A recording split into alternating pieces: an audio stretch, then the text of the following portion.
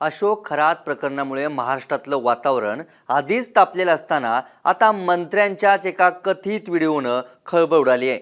मंत्री नरहरी झिरवाळांचा आक्षेपार्ह कथित व्हिडिओ सोशल मीडियावर तुफान व्हायरल होतोय। आता झिरवाळांचा हा व्हिडिओ कुणासोबत आहे, व्हिडिओ व्हायरल करण्यामागे कुणाचा हात आहे का, विरोधकांनी कोणते आरोप केलेत याचीच माहिती जाणून घेण्याचा प्रयत्न आपण या व्हिडिओतून करणार आहोत। नमस्कार, मी लखन आदाटे आणि तुम्ही पाहताय मुंबई तक। राष्ट्रवादीचे ज्येष्ठ नेते, राज्याचे अन्न आणि औषध प्रशासन मंत्री नरहरी झिरवाळ यांचा व्हायरल झालेला व्हिडिओ आक्षेपार्ह आहे। या व्हिडिओमध्ये मंत्री झिरवाळ एका तृतीयपंथी व्यक्तीसोबत असल्याचं दिसतंय। त्याच रूममध्ये मागवलेलं नॉनव्हेज जेवण आणि काही बॉटल्स असल्याचंही दिसतंय। या बॉटल्स दारूच्या असल्याचंही बोललं जात आहे। मंत्री झिरवाळ तृतीयपंथी व्यक्तीसोबत अन्य काही जण या रूममध्ये उपस्थित असल्याचंही या व्हिडिओमधून स्पष्टपणे दिसतंय। पण हे सगळं कुठं घडतंय तर मंत्र्यांच्या शासकीय निवासस्थानी। बघता बघता हा व्हिडिओ सगळीकडे व्हायरल झाला। या व्हिडिओ तृतीयपंथी असल्याचा दावा त्या व्यक्तीच्या भावानेच पत्रकार परिषद घेत केलाय। काँग्रेसचे प्रदेशाध्यक्ष हर्षवर्धन सपकाळ यांनी हा कथित व्हिडिओ व्हायरल झाल्यानंतर झिरवाळांच्या तात्काळ हकालपट्टीची मागणी केली आहे। सपकाळ म्हणतात, राज्याचे मंत्री नरहरी झिरवाळ यांचा आक्षेपार्ह व्हिडिओ सोशल मीडियावर व्हायरल होणं ही केवळ घटना नसून महाराष्ट्राच्या राजकारणातील नैतिक अधपतनाचे ज्वलंत उदाहरण आहे। एक जबाबदार लोकप्रतिनिधी ज्याच्यावर जनतेचा विश्वास आणि करदात्यांच्या पैशांची जबाबदारी आहे त्याच्याकडूनच अशा प्रकारचे अश्लील आणि अनैतिक वर्तन होणं अत्यंत संतापजनक आणि निषेधार्ह आहे। हा प्रकार केवळ व्यक्तिगत मर्यादांचा भंग नाही तर सार्वजनिक जीवनातील नैतिकतेलाच काळिमा फासणार आहे।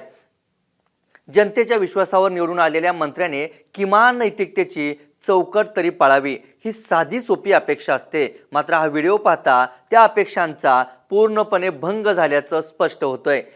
या पार्श्वभूमीवर मुख्यमंत्र्यांनी कोणताही विलंब न लावता नरहरी झिरवाळ यांची मंत्रिपदावरून तात्काळ हकालपट्टी करावी अशी मागणीच काँग्रेसचे प्रदेशाध्यक्ष सपकाळ यांनी केली आहे। दुसरीकडे उद्धव ठाकरेंच्या शिवसेनेच्या माजी खासदार प्रियंका चतुर्वेदी यांनी सुद्धा झिरवाळांचं नाव न घेता सडकून टीका केली आहे।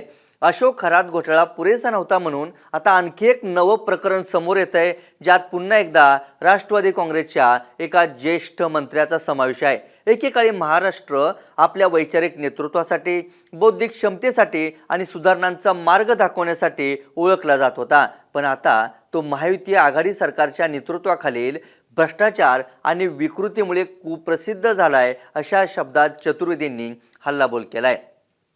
दुसरीकडे अजित पवारांच्या अपघाती निधनावरून धक्कादायक दावे करणाऱ्या अमोल मिटकरींनी सनसनाटी आरोप करत खळबळ उडवून दिली आहे।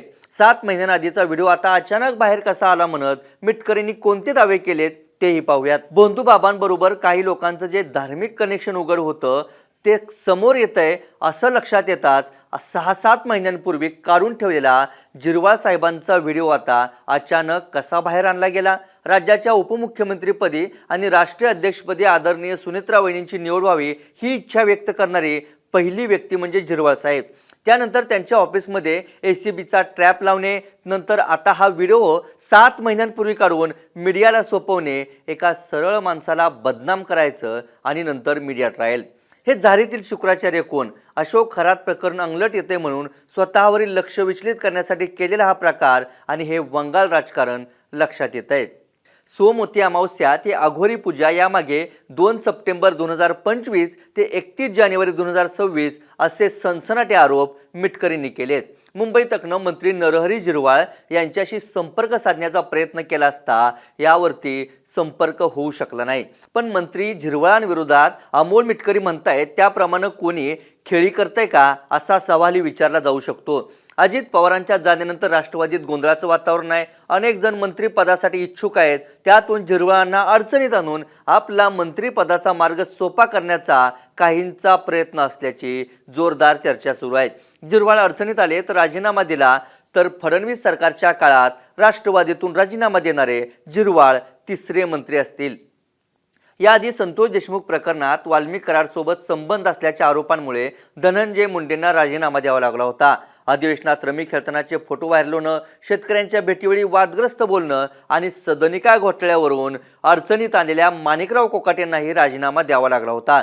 याशिवाय अशोक खरात प्रकरणामुळे नुकतंच राष्ट्रवादीच्या महिला प्रदेशाध्यक्षा आणि महिला आयोगाच्या अध्यक्षा रुपाली चाकणकर यांनाही आयोगाच्या अध्यक्षपदावरून राजीनामा देण्याची वेळ आली। आता मंत्री जिरवाळ यांच्याबाबत सुनेत्रा पवार कोणता निर्णय घेतात याबरोबरच मुख्यमंत्री फडणवीस कोणती भूमिका घेतात याकडे लक्ष असेल। कारण याआधी जिरवाळांच्या कार्यालयात लिपिकाला लाच घेताना रंगे हात पकडलं होतं, त्यामुळे आधीच रडारवर आलेल्या जिरवाळांना या प्रकरणात मंत्रिपद सोडावं लागतं का याकडे सगळ्यांच्या नजरा असतील। या व्हिडिओत इथंच थांबूयात।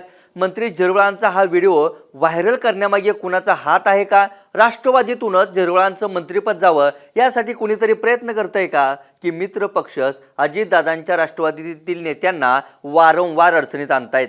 याबद्दल तुम्हाला काय वाटतं ते आम्हाला कमेंट करून नक्की कळवा। ताज्या घडामोडी आणि अचूक विश्लेषणासाठी मुंबई तकला सबस्क्राईब करा। फेसबुक आणि एक्सवरही फॉलो करायला विसरू नका। धन्यवाद।